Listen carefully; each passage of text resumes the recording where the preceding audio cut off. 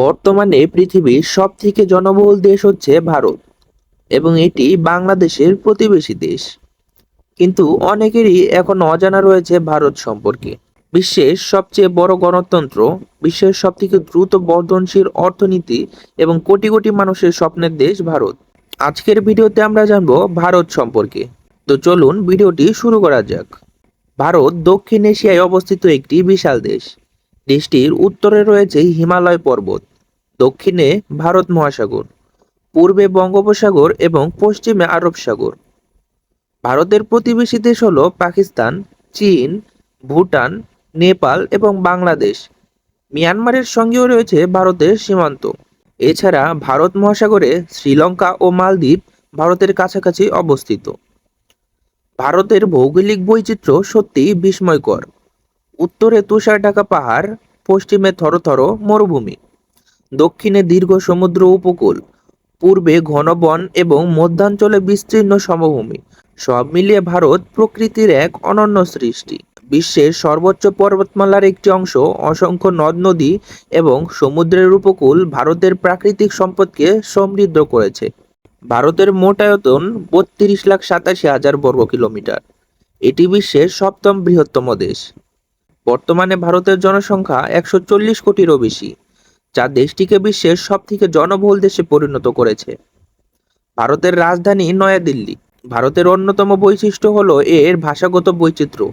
দেশে সরকারি কাজের জন্য হিন্দি এবং ইংরেজি ব্যাপকভাবে ব্যবহৃত হয়। পাশাপাশি সংবিধানে স্বীকৃত রয়েছে ২২টি তফসিলযুক্ত ভাষা। বাংলা, তামিল, তেলুগু, মারাঠি, গুজরাট সহ আরও অন্যান্য ভাষা এই দেশের কোটি কোটি মানুষ ব্যবহার করে থাকেন। ভারতের সরকারি মুদ্রার নাম হলো ভারতীয় রুপি, যা আন্তর্জাতিক বাজারে আইএনআর নামে পরিচিত। ভারতের সবচেয়ে বড় শহরগুলোর মধ্যে রয়েছে মুম্বাই, দিল্লি, বেঙ্গালুর, কলকাতা।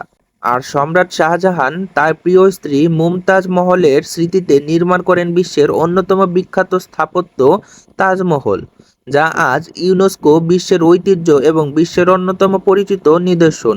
১৭০০ শতক থেকে ইউরোপীয় বণিকরা ভারতে ব্যবসা শুরু করে। তাদের মধ্যে সবথেকে শক্তিশালী হয়ে ওঠে ব্রিটিশ ইস্ট ইন্ডিয়া কোম্পানি। ১৭৫৭ সালে ফরাসি যুদ্ধের পর ব্রিটিশদের প্রভাব দ্রুত বাড়তে থাকে। ধীরে ধীরে তারা ভারতের বিশাল অংশের নিয়ন্ত্রণ নিজেদের হাতে নিয়ে নেয়।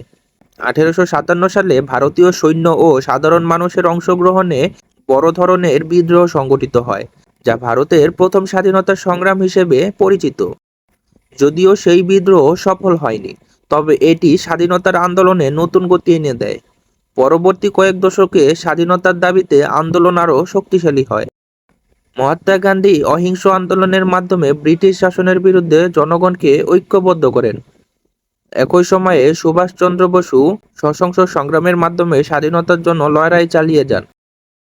অবশেষে ১৯৪৭ সালের ১৫ই আগস্ট দীর্ঘ প্রায় ২০০ বছর ব্রিটিশ শাসনের অবসান ঘটে এবং ভারত স্বাধীনতা লাভ করে। তবে স্বাধীনতার সঙ্গে সঙ্গে ব্রিটিশ ভারত বিভক্ত হয়ে ভারত ও পাকিস্তান নামে দুইটি স্বাধীন রাষ্ট্রের জন্ম হয়। এই বিভাজনের সময় ব্যাপক সাম্প্রদায়িক সহিংসতা ও জনবসতির স্থানান্তর ঘটে, যা উপমহাদেশের ইতিহাসে এক গভীর বেদনাদায়ক অধ্যায়। স্বাধীনতার পর ভারত একটি গণতান্ত্রিক সংবিধান প্রণয়ন করে এবং ১৯৫০ সালের ২৬শে জানুয়ারি আনুষ্ঠানিকভাবে একটি সার্বভৌম গণতান্ত্রিক প্রজাতন্ত্র হিসেবে যাত্রা শুরু করে। এই দীর্ঘ ইতিহাসই আজ আধুনিক ভারতের ভিত্তি তৈরি করেছে। বর্তমানে ভারত বিশ্বের অন্যতম বৃহত্তম অর্থনীতির দেশ। দেশটির অর্থনীতি কৃষি, শিল্প, সেবা খাত এবং প্রযুক্তির উপর নির্ভরশীল। তথ্য প্রযুক্তি ও ঔষধ উৎপাদন, গাড়ি শিল্প, ইস্পাত, বস্ত্র এবং টেলিযোগাযোগ ভারতের গুরুত্বপূর্ণ অবস্থান তৈরি করেছে। বিশ্বের অনেক বড় বড় প্রযুক্তি কোম্পানি, গবেষণা ও সফটওয়্যার উন্নয়ন কেন্দ্র ভারতে রয়েছে। বেঙ্গালুরু শহরকে প্রায়ই ভারতের সিলিকন ভ্যালি বলা হয়। ভারতের বিনোদন শিল্পের কথা বললে সবার আগে আসে বলিউড। মুম্বাইকে কেন্দ্র করে গড়ে ওঠা এই চলচ্চিত্র শিল্প প্রতি বছর শত শত সিনেমা তৈরি করে এবং বিশ্বের বৃহত্তম চলচ্চিত্র শিল্পগুলোর একটি হিসেবে পরিচিত। ভারতীয় সিনেমা শুধু দেশেই নয়, দক্ষিণ এশিয়া, মধ্যপ্রাচ্য, আফ্রিকা এবং ইউরোপের অনেক দেশেও ব্যাপক জনপ্রিয়। সিনেমার পাশাপাশি ভারতীয় সঙ্গীত, টেলিভিশন সিরিয়াল এবং অনলাইন কন্টেন্টও আন্তর্জাতিক দর্শকের কাছে আকর্ষণ সৃষ্টি করেছে। ভারতে যদি সবচেয়ে জনপ্রিয় কোনো খেলার নাম বলতে হয় তাহলে নিঃসন্দেহে সেটি ক্রিকেট হবে। এই খেলাটি সেখানে শুধু বিনোদন নয়, কোটি কোটি মানুষের আবেগের অংশ। শিশু থেকে প্রবীণ সব বয়সের মানুষ ক্রিকেটকে ভালোবাসে। দেশের শহর, গ্রাম, স্কুলের মাঠ কিংবা অলিগলি সবখানেই ক্রিকেটের দেখা মেলে। ভারত একাধিকবার ক্রিকেট বিশ্বকাপ জিতেছে এবং বিশ্বের অন্যতম শক্তিশালী ক্রিকেট দল হিসেবে পরিচিত। ভারতে 28টি অঙ্গরাজ্য এবং 8টি কেন্দ্রশাসিত অঞ্চল রয়েছে। প্রতিটি রাজ্যের নিজস্ব সরকার থাকলেও জাতীয় বিষয়গুলো কেন্দ্রীয় সরকার পরিচালনা করেন। বর্তমানে ভারত শুধু দক্ষিণ এশিয়ায় নয়, পুরো বিশ্বের অন্যতম প্রভাবশালী দেশ। হাজার বছরের ইতিহাস, বৈচিত্র্যময় সংস্কৃতি, অসংখ্য ভাষা, শক্তিশালী গণতন্ত্র, সব মিলিয়ে ভারত সত্যিই এক অনন্য দেশ। একদিকে প্রাচীন সভ্যতার ঐতিহ্য, অন্যদিকে আধুনিক প্রযুক্তি ও মহাকাশ গবেষণার সাফল্য। এই দুইয়ের সমন্বয়ে ভারত বিশ্বের অন্যতম গুরুত্বপূর্ণ রাষ্ট্রে পরিণত হয়েছে।